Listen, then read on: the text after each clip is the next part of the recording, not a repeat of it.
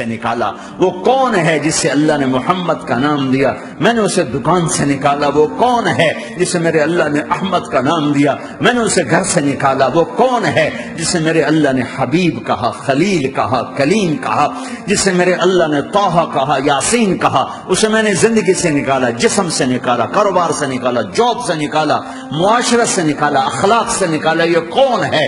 یہ ماہی ہے، یہ حاشر ہے، یہ عاقب ہے، یہ فاتح ہے، یہ ابو القاسم ہے، یہ طه ہے، یہ یاسین ہے، یہ مزمل ہے، یہ مدثر ہے، یہ شاہد ہے، مبشر ہے، نذیر ہے، داعی اللہ ہے، سراج منیر ہے، یہ مجتبی ہے، یہ مرتضی ہے، یہ مصطفیٰ ہے، یہ ناصر ہے، منصور ہے، یہ راشد ہے، یہ رشید ہے، یہ عربی ہے، یہ ہاشمی ہے، یہ ابتحی ہے، یہ مکی ہے، یہ مدنی ہے، یہ مہاجر ہے، یہ امام الانبیاء ہے، یہ رحمت للعالمین ہے، یہ جنت کی چابی کا مالک ہے، یہ اللہ کے جھنڈے کا پکڑنے والا ہے، یہ کائنات کا ہادی اور رہبر ہے، یہ وہ ہے جس کو پہلی کتابوں میں کہا جا رہا ہے اجعل السکینۃ لباسہ والبر شعارہ والحق منطقہ والعدل والعفو والمعروف خلقہ والعدل سیرتہ والہدى امامہ احمد اسمہ والاسلام ملتہ۔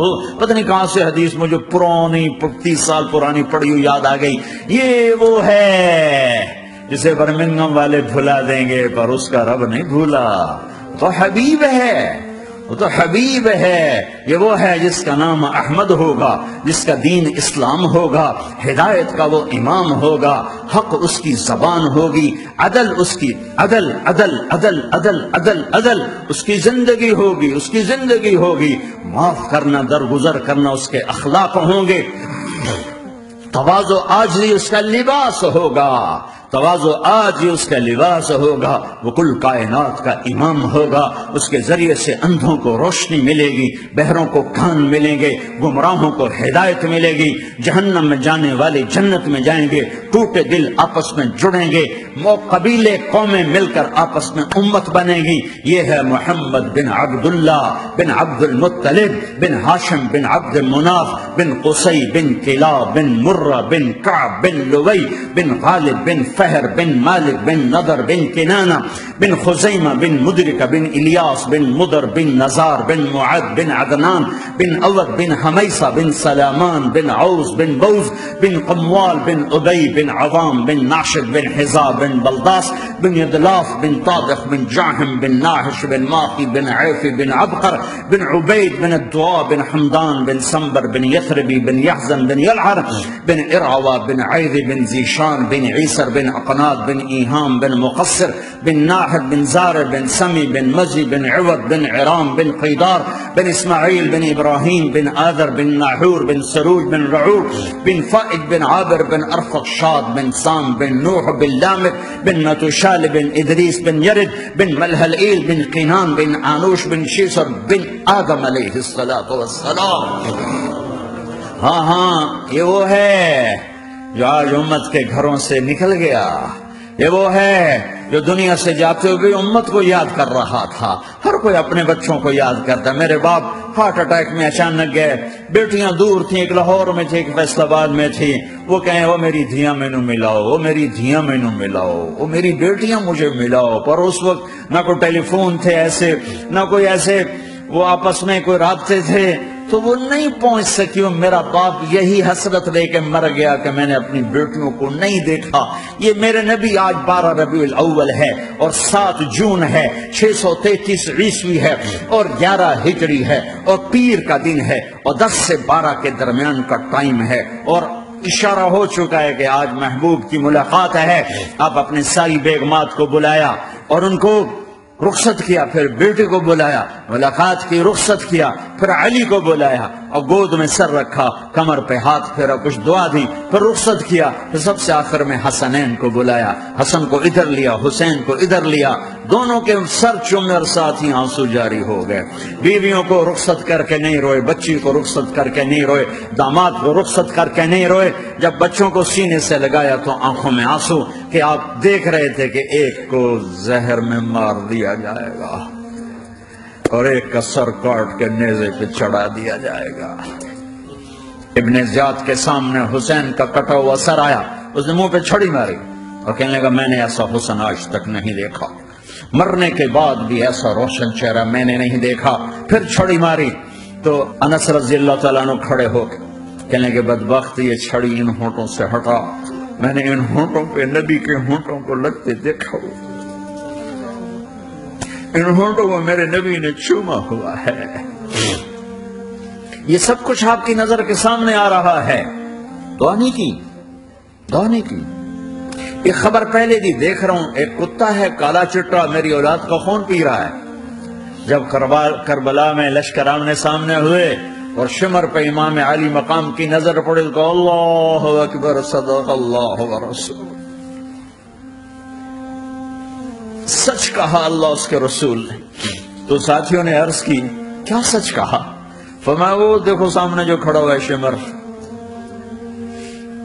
اس کو برس کی بیماری ہوئی تو رنگ کالا تھا تو سفید داغ لگ گئے، تو آپ نے کہا میرے حبیب نے کہا تھا ایک کالا سفید کتا میری اولاد کا خون پیے گا، وہ کھڑا ہوا ہے۔ ہاتھ تو نہیں اٹھائے کہ اللہ یہ نہ ہو، میرا بچہ ذبح نہ ہو، میرا بچہ زہر میں نہ تڑپے، زہر کا تڑپنا۔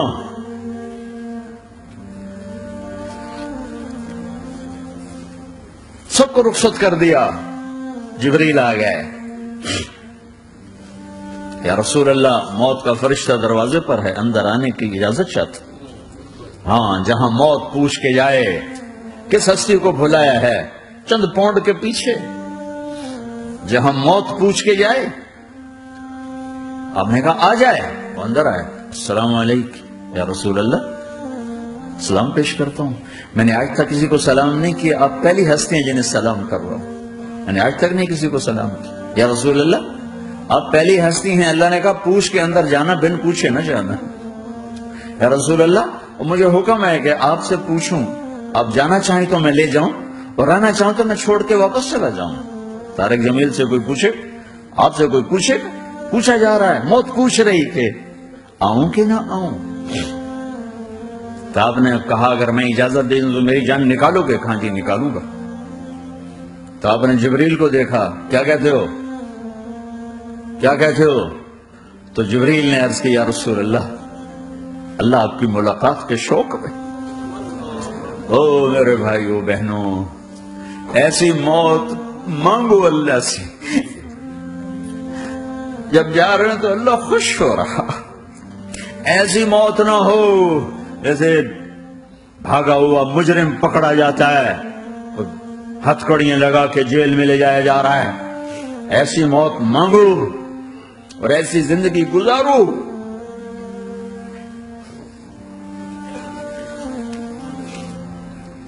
موت ہمارے لیے راحت ہے، اللہ خوش ہو رہا۔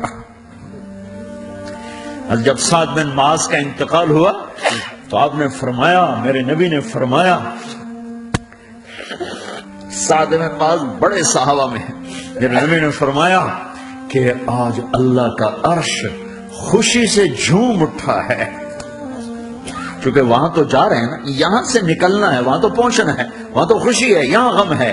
تو آپ نے کہا، میرے نبی نے فرمایا کہ آج میرے اللہ کا عرش سعد کے پہنچنے پر خوشی میں جھوم اٹھا ہے۔ ایسی موت مانگو کہ اللہ کا عرش بھی خوشی سے جھومے، اللہ بھی خوش۔ کیا کر رہے ہو، کدھر جا رہے ہو؟ اس دھوکے کے گھر، اس مچھر کے پر، اس مکڑی کے جالے، اس دکھوں کے گھر، اس غموں کی دنیا میں کیا ڈھونڈتے ہو؟ جاؤ اللہ کو ڈھونڈو، جاؤ اس کے حبیب کو ڈھونڈو، جاؤ مزے کی زندگی یہاں گزارو، مزے کی نیند قبر میں پوری کرو اور جنت میں ہمیشہ کی راحتوں کے مالک بن جاؤ۔